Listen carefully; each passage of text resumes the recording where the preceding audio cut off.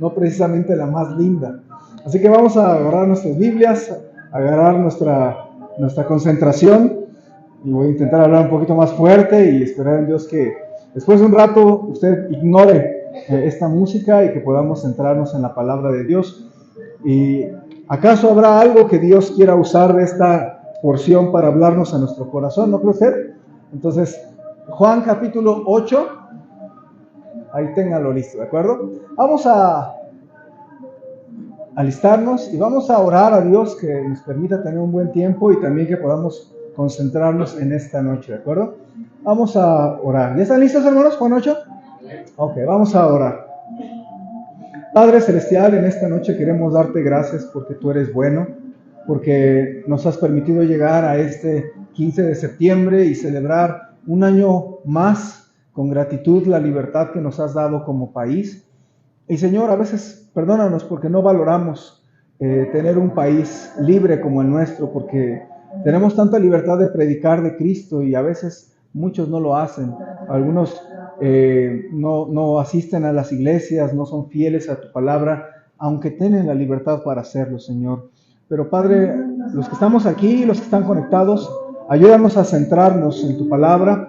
Te ruego que tú permitas que nuestro corazón esté centrado en tu palabra a pesar de la música que pues molesta el espíritu, pero ayúdanos a poder tener un buen tiempo de escuchar tu palabra. Te lo rogamos en el nombre de tu Hijo Jesús.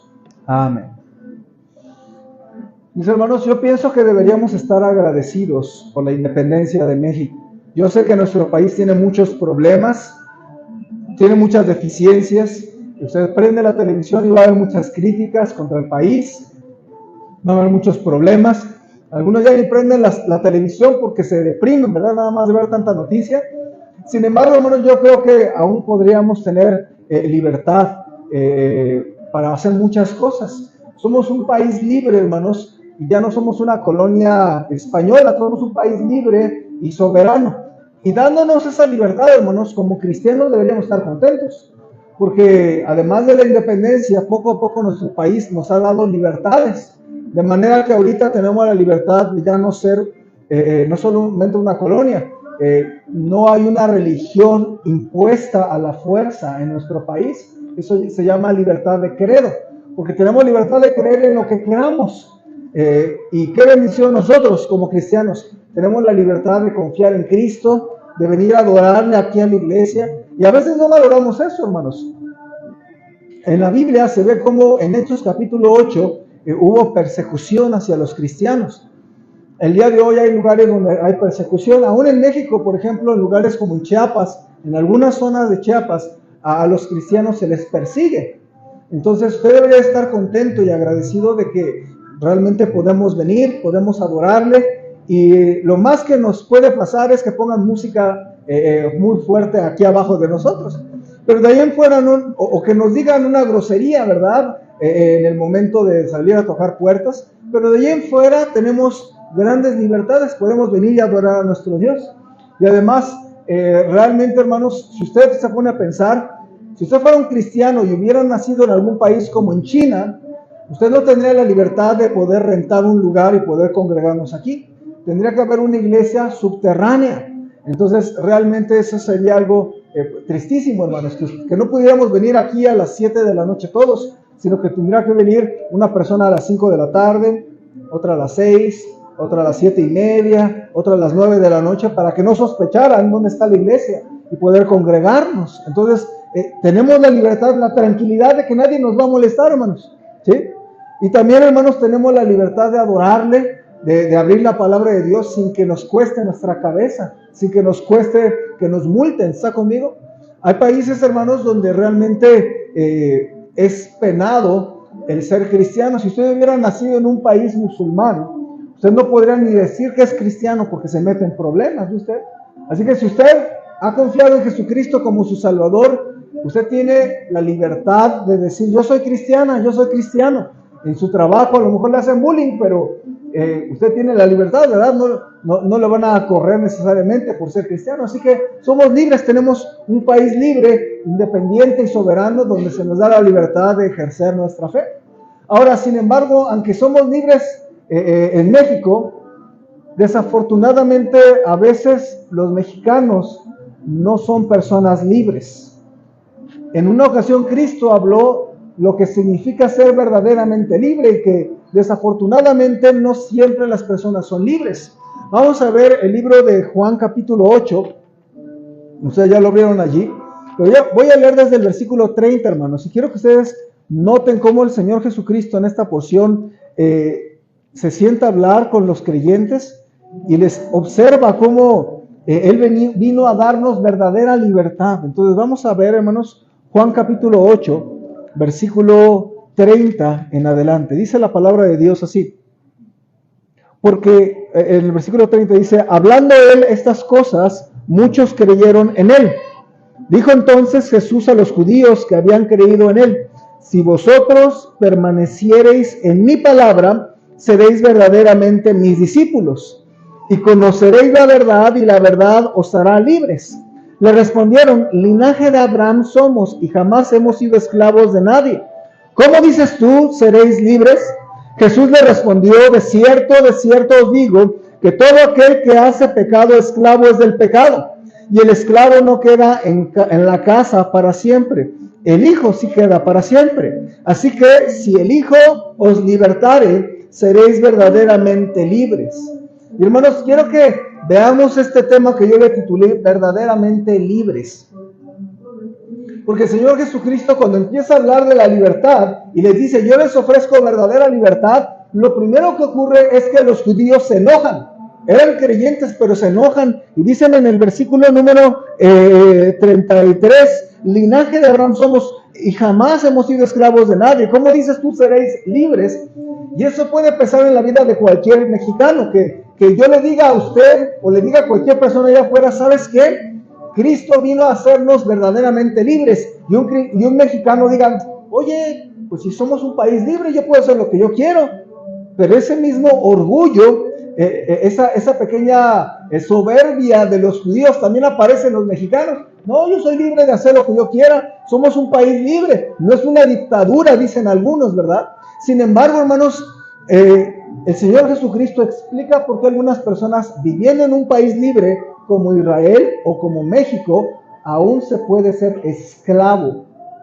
En el caso de la Biblia dice que se puede ser esclavo del pecado. Versículo 34, Jesús dice, de cierto os digo que todo aquel que hace pecado, esclavo es del pecado. Y hermanos, mire, mucha gente es libre porque vive en un país libre, pero siguen siendo esclavos del pecado. Supuestamente en México somos libres. Esta libertad, sin embargo, es muy limitada, hermanos, y muchos siguen siendo esclavos del pecado. Gente no se puede divertir sin echarle 150 decibeles a su oído y reventarse su oído, como ahorita, ¿verdad? Hay gente que si no tiene alcohol no puede ser feliz. Tal parece que no es infeliz toda su vida y solamente el alcohol les hace poner una sonrisa en su cara. Sin alcohol no son felices. Sin la fiesta y la pachanga no son felices. O sin drogarse. Hay mucha gente que vive en tanta miseria, en tantos problemas, que la droga es la única manera en que pueden estar felices. Y sin embargo, esas situaciones son lo que les hacen divertirse según ellos, pero causan esclavitud, causan adicción, hermanos. Entonces el pecado esclaviza. Al principio se siente bien, pero luego empieza a controlarnos, nos domina y luego llega el momento que ya no podemos dejar de pecar. Escuche lo que dice Proverbios 5:22. Escúchelo nada más. Dice la Biblia que el pecado se hace adictivo de manera que llega el momento que la gente ya no puede dejar de pecar porque tiene como cuerdas, como ataduras. Ve el versículo, Proverbios 25:22 dice, prenderán al impío, al pecador, ¿qué dice? Sus propias iniquidades o pecados, y retenido será ¿con qué, hermanos? Con las cuerdas de su pecado. Yo conozco gente con adicciones. Nadie que entró en el alcohol o en la droga empezó con una diciendo, yo voy a ser un adicto al cristal. Nadie lo dijo. Y sin embargo hay muchos adictos. Nadie tomó una cerveza o una cuba o se puso a tomar pensando, yo voy a disfrutar y yo lo puedo controlar. Siempre hay esas gente que dice, no, yo puedo dejar de tomar cuando yo quiera. Simplemente nunca quiere. Ese es el problema. Y ese es el asunto, que el pecado al principio se siente bonito y luego hay cuerdas que le arrastran. Quiero ponerles un ejemplo, hermanos. Me refiero a uno de los expresidentes de Italia. Su nombre era Silvio Berlusconi. Él acaba de fallecer en el mes de junio. Silvio Berlusconi fue una persona muy famosa en Italia. Le llamaban el caballero, il cavaliere en italiano. Él era el hombre más rico de Italia, según la revista Forbes. Él era un magnate, era un empresario. Si a alguno le gusta el fútbol, soccer, el equipo del Milán le pertenecía. Y él además salió de la universidad, de la carrera de Derecho, salió con honores, le llaman cum laude a estas personas reconocidas académicamente. Fue 3 veces primer ministro de Italia. Y sin embargo tenía poder, tenía dinero, tenía fama, pero tenía un problema. Él tenía una vida muy perversa, muy mujeriego y muy perdido en las mujeres. Su vida fue marcada por muchas mujeres, por los escándalos sexuales. De hecho, en algún momento fue conocido por los líos judiciales, las fiestas privadas. Fue condenado a prostitución de menores y a 7 años de cárcel, aunque los abogados lo salvaron. Y a las novias que tuvo, les tuvo que pasar pensión de miles de euros. Entonces usted puede pensar en un hombre muy rico, con mucho poder, con mucho poder económico y mucho poder político, y sin embargo este hombre no podía dejar de hacer esas fiestas. Este hombre tenía muchos problemas y cada mes tenía que pagar sus miles de euros a sus novias o a sus esposas o a sus ex esposas. Y este hombre pues no terminó muy feliz, le dio leucemia y falleció hace unos meses. Ahora este hombre es uno de los ejemplos donde él vivía en un país libre y sin embargo, hermanos, una persona es esclavizada por el pecado. Así que es posible que aquí en México haya mucha gente que sí conoce la libertad que tenemos en México, pero no conoce a Cristo y es una persona infeliz, una persona muchas veces adicta, una persona que no puede estar contenta sin que haga algo malo. Y Cristo por eso le dijo a los judíos: yo les haré verdaderamente libres. Ahora, la libertad no significa tener el derecho de hacer lo que quieras. Eso se llama libertinaje. Y de eso habla la palabra de Dios. Judas 1:4 dice: porque algunos hombres han entrado encubiertamente, los que desde antes habían sido destinados para esta condenación, hombres impíos o pecadores que convierten en libertinaje la gracia de nuestro Dios y niegan a Dios, el único soberano, y a nuestro Señor Jesucristo. Entonces la libertad que Cristo nos da no es la libertad de hacer lo que tú quieras. No, yo no voy a salir y hacer fechorías allá afuera. Yo voy a ir al metro, voy a hacer lo que yo quiera. Yo voy a ir a la plaza. No es la idea de algunas feministas que van y pintarrajean todo lo que ven y tiran los monumentos. No me refiero a eso. Eso se llama libertinaje. No es libertad. La libertad que Cristo da es la libertad de poder tener una vida tranquila, contenta, y la libertad de seguir al Señor.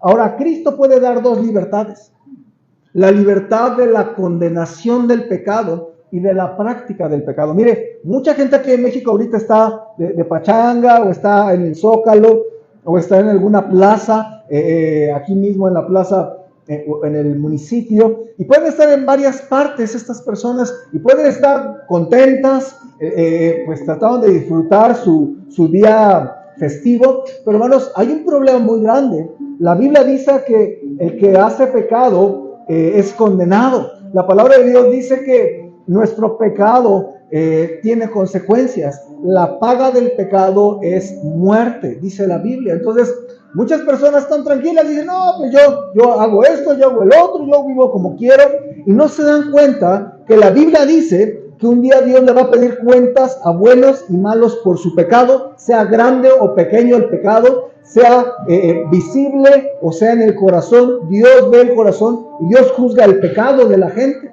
Por eso es que, hermanos, en uno de los versículos que menos me gustan de la palabra de Dios se juzga el pecado de una manera muy dura. Y está diciendo el Señor que Él castigará a los pecadores con el lago de fuego. Escuchen lo que dice la palabra de Dios: pero los cobardes e incrédulos, los abominables y homicidas, los fornicarios y hechiceros, los idólatras y todos los mentirosos tendrán su parte en el lago que arde con fuego y azufre, que es la muerte segunda. Entonces, Dios va a juzgar el pecado. Cuando terminemos nuestra vida, nos va a pedir cuenta, decir: a ver, ven para acá, ven para acá, ven para acá. A ver, cuéntame, ¿qué hiciste en tu vida? Y dice la Biblia que el pecado va a ser juzgado con el lago de fuego. Eso no nos lo dice la religión. Eso no sale en la televisión, eso no lo escuchamos en el radio, ni sale en el Facebook. Nadie en el TikTok sale diciendo: oye, aguas, porque tu pecado un día te va a alcanzar. Oye, aguas, porque la Biblia dice que el alma que pecare, esa morirá, y tu castigo merece ser el infierno. Nadie te va a decir eso, pero de todos modos sigue siendo verdad. Y hermanos, quiero que usted comprenda que la única manera en que podemos ser zafados o liberados de la condenación eterna es el Señor Jesucristo, porque Él vino para darnos vida, para salvarnos de nuestro pecado. Entonces, cuando Cristo dice: yo los voy a hacer verdaderamente libres, lo que Él está diciendo es: si ustedes confían en mí, yo les puedo salvar de sus pecados. ¿Cuánta gente aquí en México sabe que Cristo murió por los pecados? Todo mundo, todo mundo. Yo hablo con mucha gente allá afuera, cada sábado salimos a tocar puertas, y a todo mundo le pregunto: ¿y para qué vino Jesús? Y casi todo el mundo me dice: pues para morir por los pecados del mundo. Casi todo el mundo lo dice, pero lo dicen como pericos. Un perico no entiende lo que dice. Un perico nada más dice: cotorro, cotorro, cotorro. O el perico nada más dice: bonita, bonita, bonita. Y ahí está la mamá, se siente muy bien porque le dice bonita al perico. Pero el perico no entiende qué está diciendo, nada más lo repite. Y así pasa con todos los mexicanos. No entienden cómo es que Cristo murió por los pecados. Simplemente lo saben de memoria desde chiquititos. A mí me enseñaron a recitar el Padre Nuestro sin entenderlo, y usted también. Pero eso no sirve que usted lo entienda. Pero cuando uno entiende que Cristo vino a la cruz para que tú no te refundas en el infierno, y solo Cristo puede liberarte de la condenación, de la consecuencia de tu pecado, tú vas a lograr decir: Cristo, sálvame, entiendo que estoy en problemas por mi pecado. Soy una persona buena, pero tengo pecado. ¿Aún las personas buenas tienen pecado o no? Todos tenemos pecado, y solo Cristo puede librarnos de esa condenación. Y qué bonito sentirse doblemente libre. Libre porque vivimos en un país libre, pero libres porque somos libres de nuestro pecado, porque Cristo nos salvó. ¿Está conmigo? Yo le digo a las personas, fíjese cómo yo les digo: no, Cristo no murió por los pecados de todo el mundo, nada más. Cristo murió por tu pecado. ¿Sí ven la diferencia? Es diferente que la gente diga: no, Cristo murió por toda la gente, por todo el mundo, a que diga: Cristo murió por mis pecados, me salvó, es mi salvador personal. ¿Sí nota la diferencia? Y cuando alguien dice eso, ya lo entendió, ya no es un cotorro, ya entiende, porque ya sabe que Cristo murió por sus pecados, y le pidió perdón a Cristo y le pidió salvarlo. Entonces Cristo es el único que puede darnos la libertad de la condenación del pecado, que es el lago de fuego. Pero también Cristo vino a darnos libertad de la práctica del pecado. Algunos creyentes batallamos con pecados y necesitamos que Cristo nos dé su poder, nos dé la libertad de la práctica del pecado. A lo mejor usted está aquí en esta noche y dice: yo ya recibí a Cristo, yo ya amo al Señor, yo ya conozco de Él. Posiblemente usted viene constantemente a la iglesia, pero quiero decirle algo: yo creo que usted batalla con el pecado, así como yo. Nada más que no me lo dice. Todos batallamos con el pecado. Cada persona batallamos con diferente tipo de pecado.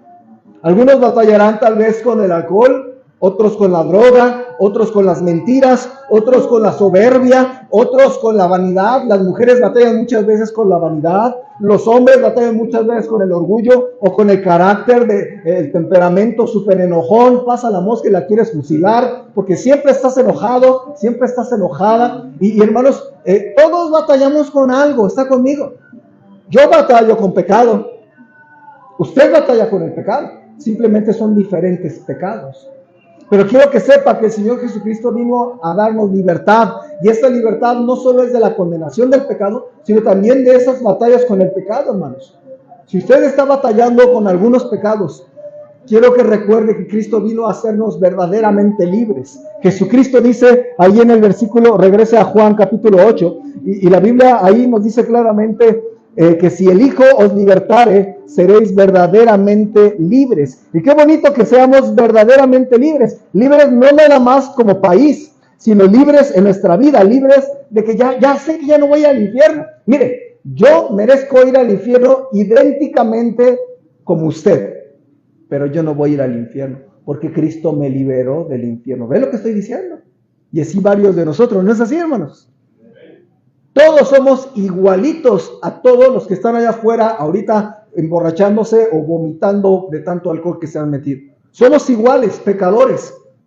Ellos tienen sus pecados y yo tengo los míos. Pero la única diferencia es que Cristo me libertó. Pero además de eso, hermanos, Cristo quiere ayudarte en las luchas diarias que tienes con el pecado. Por eso, hermanos, el pecado nos asedia, nos molesta, nos tienta, nos seduce. Pero usted debe decirle, Señor, yo quiero vivir para ti mi vida. Yo quiero pedirte tu ayuda en medio de las situaciones de pecado. Tanto el pecado externo como el pecado del corazón, el cual nadie puede ver más que usted.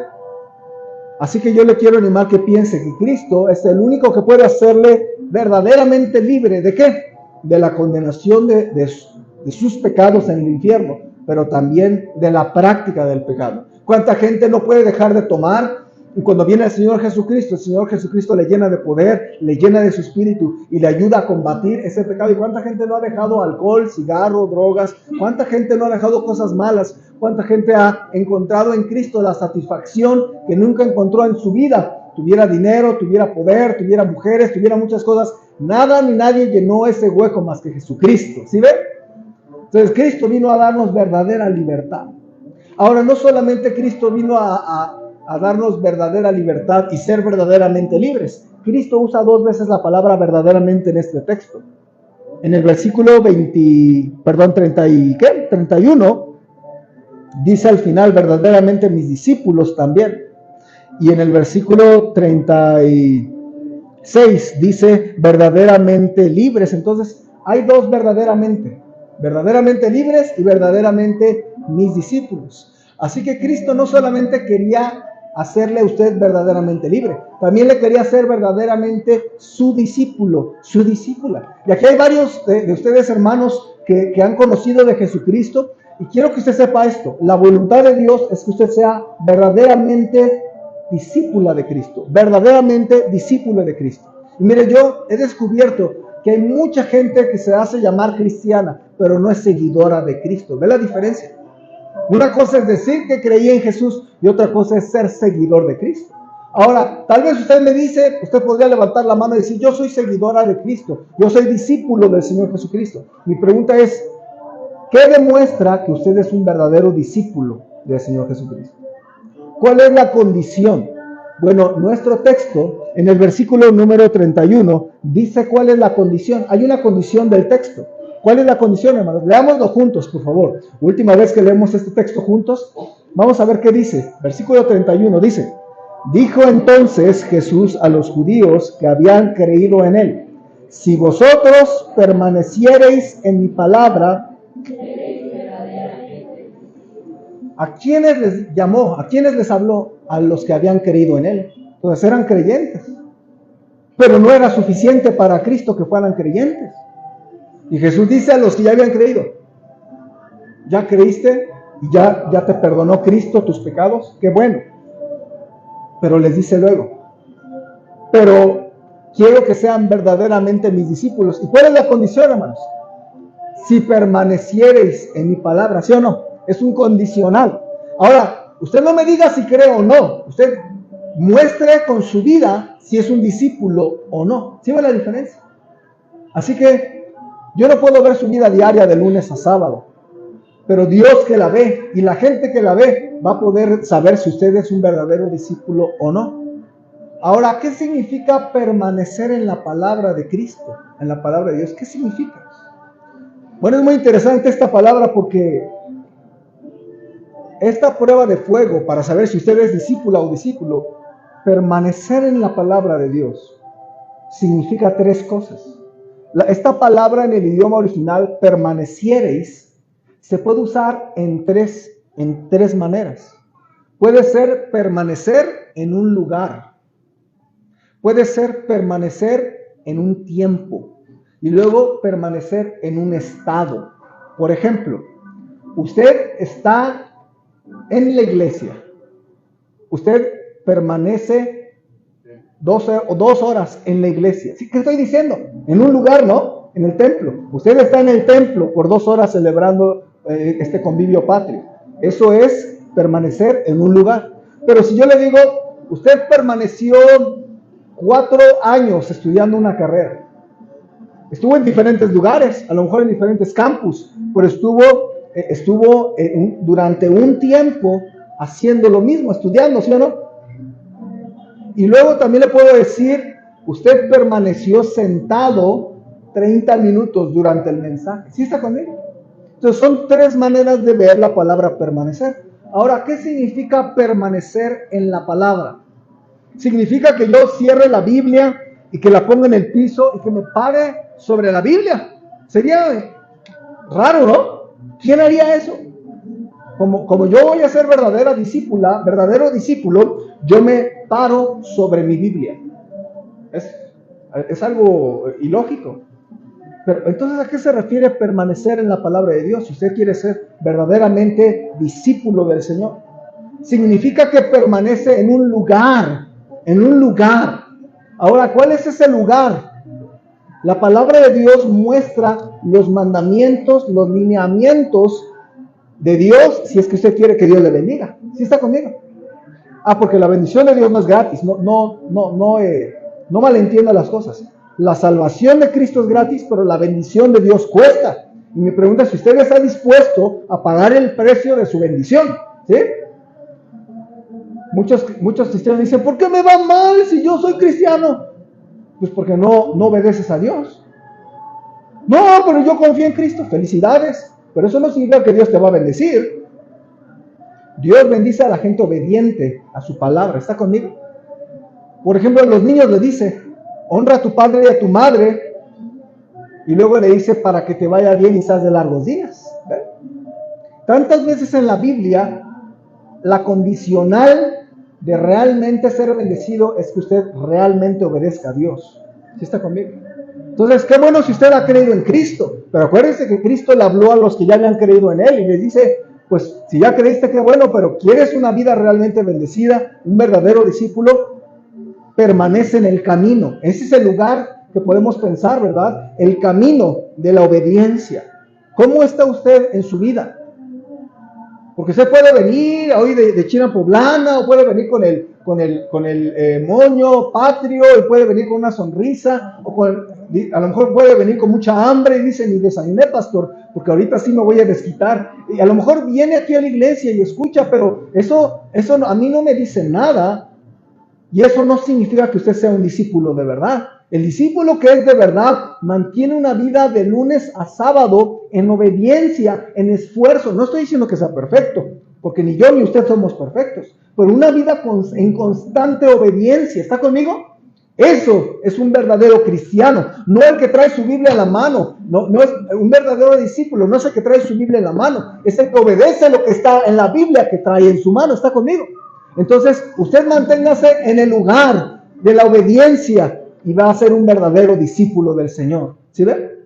Ahora, si decimos en referencia a tiempo, quiero preguntarle cuánto tiempo pasa en la palabra de Dios. Y eso es algo que me preocupa, porque la gran mayoría de los cristianos que se hacen llamar cristianos, si yo le pregunto, ¿ya leyó la Biblia completa una sola vez? No, pues no. ¿La leyó hoy? No, pues no. ¿La leyó este mes? Pues sí, el domingo. El domingo que llevé mi Biblia a la iglesia, porque los otros domingos no la llevé ni siquiera. Y entonces en mi mente es, pues, usted no es un discípulo. Es más, mire,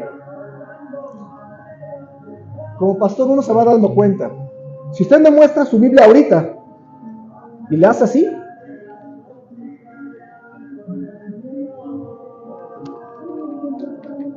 ya con eso yo ya sé si usted es un discípulo o no.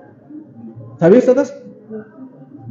Porque un discípulo de verdad lee la Biblia, pasa tiempo en la Biblia, subraya, empieza a usarla, empieza a desgastarse, está un poquito raspada, está coloreada, está hasta con notas personales, hasta con corazoncitos de que le gustó un versículo, subrayado, y sin embargo, si usted abre la Biblia y le hace así, y yo la veo toda limpia, como esta Biblia que tiene, no sé, 2 meses de nueva, usted va a ver que está. Y si su Biblia está como nueva y lleva 1 año con ella o no sé cuánto, usted no es un discípulo del Señor. Usted no es una discípula del Señor. No sé qué es, pero no es. A lo mejor es algo, pero no es un discípulo verdadero. Porque una discípula verdadera está en la palabra constantemente. ¿Está conmigo? Y hermanos, eso es lo que yo quiero animarles a que usted permanezca constantemente en la palabra de Dios.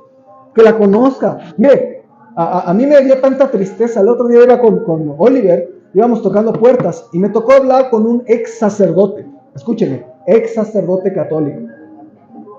Platiqué como 20 minutos. No le debía haber dado tanto tiempo, porque perdí un poco mi tiempo. Pero hablé con él. Y él decía, no, es que este libro es de hombres y yo no creo en él. Y quién sabe, como ex católico, como ex ministro, ex sacerdote.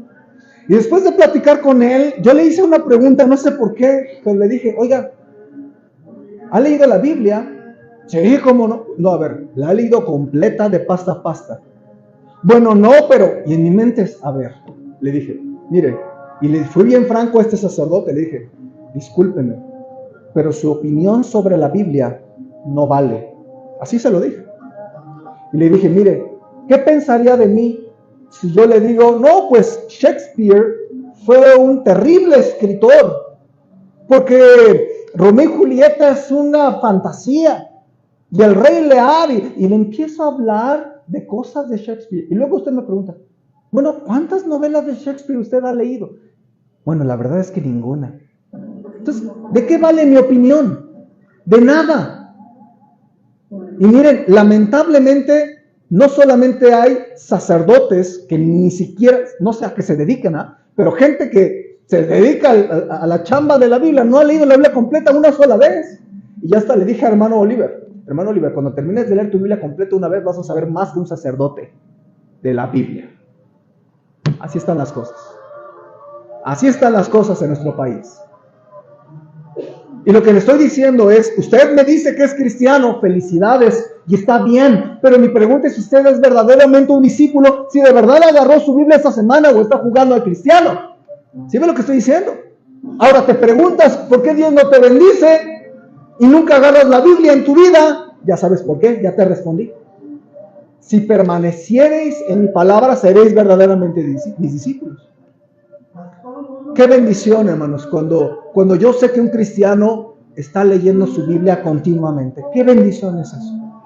La otra vez hablé con un hermano y él me decía, pastor, estoy a punto de terminar mi Biblia por 4ª vez. Qué gozo. Yo le dije, hermano, qué gozo, qué gozo. Y este hermano, desde que empezó a leer la Biblia, se la devoraba. De a 20 veces. Yo le decía, lea 3 capítulos a la semana. Yo lo discipulé. Y luego su esposa me decía, no, se echa como 15 o más. Y yo decía, pues hermano, pues si quiere leer más, adelante, pero diario. Y qué bonito que él ya leyó su Biblia 4 veces. Qué bonito. Porque yo sé que no es un cristiano perfecto, pero es un discípulo de verdad, porque él permanece en la palabra de Dios. ¿Está conmigo? Entonces yo le quiero animar que si usted quiere ser verdaderamente discípulo del Señor, escoja. Yo voy a tener una vida obediente a mi Señor y me va a costar, pero voy a seguir su camino de obediencia. Pero también un verdadero discípulo dice, yo voy a estar leyendo mi Biblia, a mí me caló lo que dijo el pastor, no la he leído completa ni una sola vez, me voy a poner a leerla hasta que un día me la acabe. A mí me caló que yo no he leído mi Biblia todo este mes, que no sé ni siquiera dónde está mi Biblia, porque ahí está en mi casa, pero quién sabe, no la traje hoy. Me caló, pero yo quiero de verdad ser discípulo genuino del Señor. Entonces, pase tiempo en la palabra, permanezca en la palabra, ¿sí ve usted? Pero también significa permanecer en un estado, en una condición. Y eso me habla de la condición o del estado mental que usted tiene para con la Biblia. ¿Cuál es su actitud al leer la Biblia? Ya la terminé de leer, un día más. ¿Cuál es su actitud al escuchar la palabra de Dios? Mire, Yo no soy un experto, pero tengo de predicador a 22 años de predicar la Biblia. Empecé a los 18. No hagan cuentas, hermanos, estoy joven todavía. Pero, hermanos, en 22 años de seguir haciendo lo mismo y predicar, uno aprende casi a leer el corazón solamente por verlo, cómo reacciona a la predicación. ¿Sí ve lo que estoy diciendo? Nada más con su mirada, con su actitud en el mensaje. Yo sé si está su corazón conmigo, escuchando lo que le digo, o su cerebro anda en el pozole. O no sé, anda cantándolas de allá abajo. Porque uno se va dando cuenta de la actitud de las personas con el tiempo. Hay veces que uno hace fíjese lo que hace la gente a veces, hace un ligero esto. ¿Sí ve? Es muy ligero el movimiento. Pero ¿qué está diciendo? Que estoy conectado con la palabra de Dios, estoy recibiéndola, está conmigo. Pero el que está en la luna, está en la luna. Sus ojos están hacia aquí y me traspasan y está viendo la nada. Y está como en un funeral de cuerpo presente. Y es dónde está su cerebro, pero está aquí su cuerpo. Así que algunos están mirando hacia adentro. A ver de qué color es su párpado. Algunos están viendo, contando cuántos papeles picados hay contados, ¿no? Algunos fijándose cuántas lucecitas chiquitas de LED tiene esa barra de luz, ¿eh? ¿Y quién sabe en tantas cosas anda usted? Pero una persona que de verdad tiene el estado de su corazón está en la palabra de Dios. Está su mente y su corazón centrado en la palabra de Dios porque quiere encontrar algo que Dios le hable a su corazón. ¿Está conmigo? ¿Cuál es su corazón para con la palabra? Cuando usted lee la Biblia, usted debe de tener un corazón de decir, háblame a mí. Necesito que tú me digas algo a mí, Señor, con tu palabra. ¿Sí ve lo que estoy diciendo? Que cuando usted lee la Biblia, que cuando usted escucha la predicación, de verdad usted está conectado con la palabra. Hermano, eso significa que usted es discípula, que usted es discípulo, por su actitud hacia la palabra de Dios. Hay gente que tiene una actitud soberbia o indiferente hacia la palabra de Dios. Y yo cuestiono si realmente son salvos. Pero cuando veo una persona con hambre de escuchar, no por lo que diga el pastor, porque el pastor predica un libro, y lo que dice del libro, eso me interesa. No me interesa cuántos años tiene el pastor, pero sí me interesa cuántos años tuvo el Señor Jesucristo. ¿Sí está conmigo? No me interesa cómo piensa el pastor o cuáles son sus preferencias. Me importa qué piensa Dios y cuáles son sus preferencias. No me importa qué no le gusta al pastor. Me importa qué dice Dios que desaprueba en su palabra. ¿Sí está conmigo? No me importa lo que el pastor me cuente de chistes. Me importa lo que la Biblia me prometa para mi bien. ¿Está conmigo?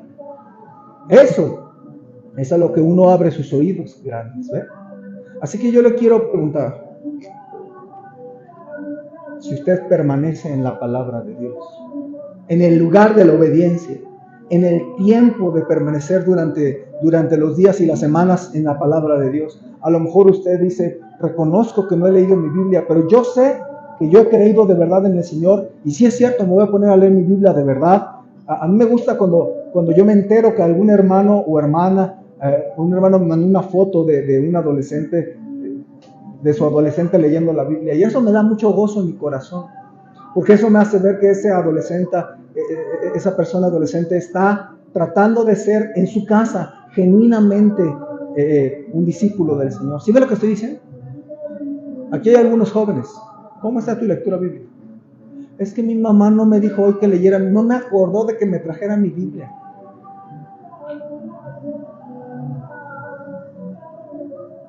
Tú ya no estás como para biberón. Usted está como para que como jóvenes seamos responsables. Y tú agarres tu Biblia porque amas al Señor y quieres estar en su palabra. ¿Está conmigo? Ahora, si usted conoce la Biblia, va a conocer la verdad. Y la verdad le hará libre. Es lo que dice nuestro texto. y conoceréis la verdad, y la verdad os hará libres. ¿Libres de qué? Libres de la mentira. Usted puede leer el libro de texto del 5º año de la SEP, y si usted conoce la Biblia, va a saber que hay mentiras en ese libro, porque la Biblia es la verdad. ¿Está conmigo en lo que estoy diciendo? Que usted lea, por ejemplo, en un libro de texto de la SEP, de estos nuevos, que no sé quién se puso a escribirlos, y su ilustración y su proyecto es ser asesor personal de Satanás. Y así dice uno de los textos, es una tontería, pero bueno, lo escriben. Y si usted conoce la verdad le va a hacer libre de este tipo de cosas. Y precisamente este libro de texto habla acerca de las bolas de fuego y qué conjuro hacer, y pura brujería. Pero usted conoce la Biblia, usted se va a librar de muchas cosas. ¿Ve lo que estoy diciendo? Y conoceréis la verdad, y la verdad os hará libres. ¿Sabe que la gran mayoría de las personas que tienen problemas no saben ni por qué tienen problemas? La gran mayoría de las personas que tienen problemas matrimoniales no saben ni por qué tienen esos problemas matrimoniales. Solamente saben que tienen un montón de problemas. Pero no saben por qué, porque no conocen la Biblia.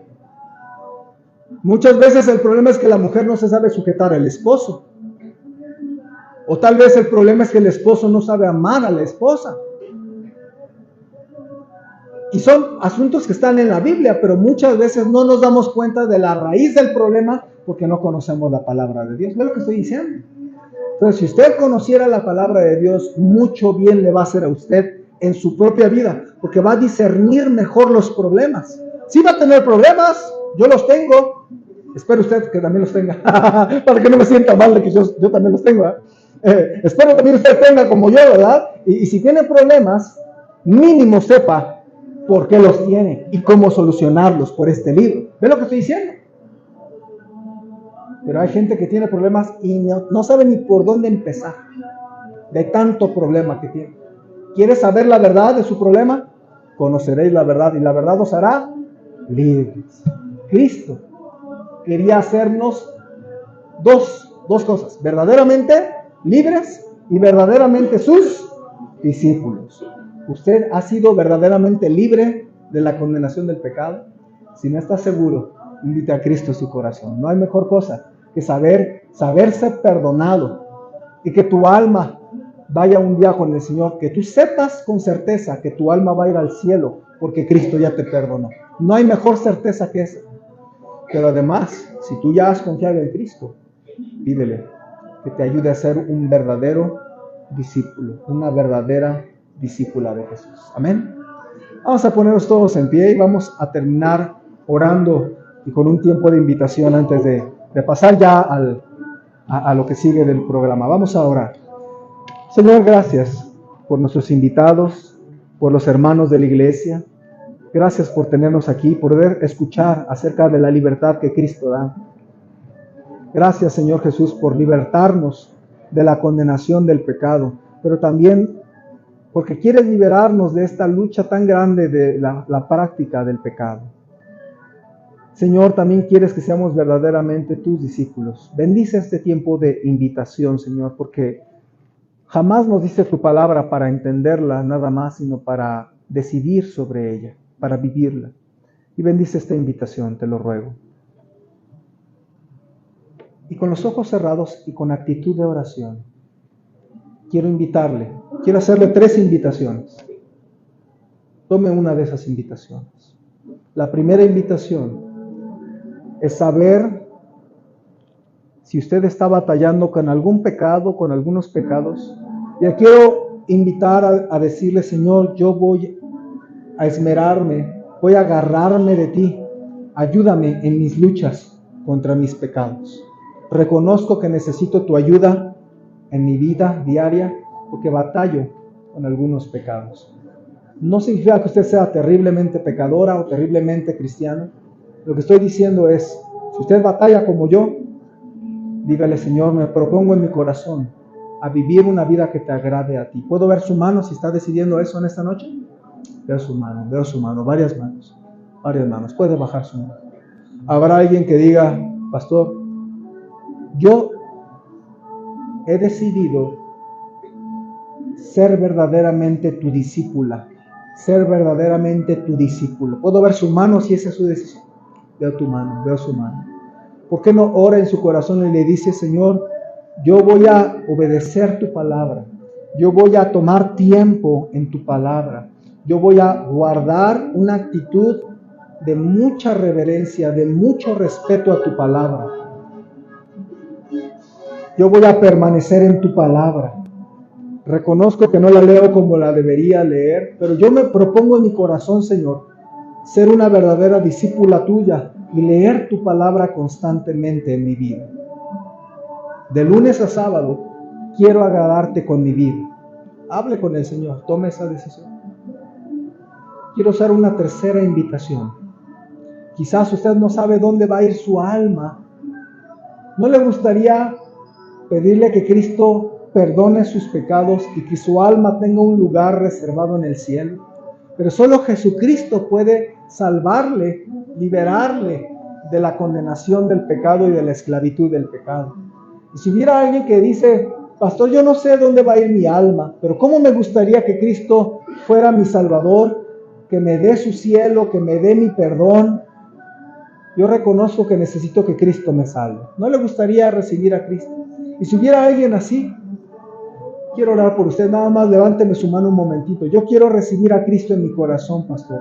Yo reconozco que necesito que Cristo lave mis pecados y me perdone y me haga verdaderamente libre de mis pecados. ¿Alguien así? ¿Puedo ver su mano un momentito? Yo quiero que Cristo sea mi Salvador. ¿Puedo ver su mano un momentito? ¿Alguien que tome esa decisión? Señor, gracias por ese tiempo de abrir tu palabra unos minutos. Te ruego que podamos llevarnos tu palabra en nuestro corazón y la decisión que tomamos de batallar contra el pecado o de permanecer en tu palabra pueda ser algo que llevemos mañana sábado y domingo y lunes y que de verdad cambie nuestra vida y que nuestra manera de vivir sea verdaderamente de un discípulo, de una discípula de Cristo. Gracias porque nos quieres hacer verdaderamente libres y verdaderamente discípulos tuyos. Oramos que bendigas estas decisiones tomadas, porque te lo rogamos en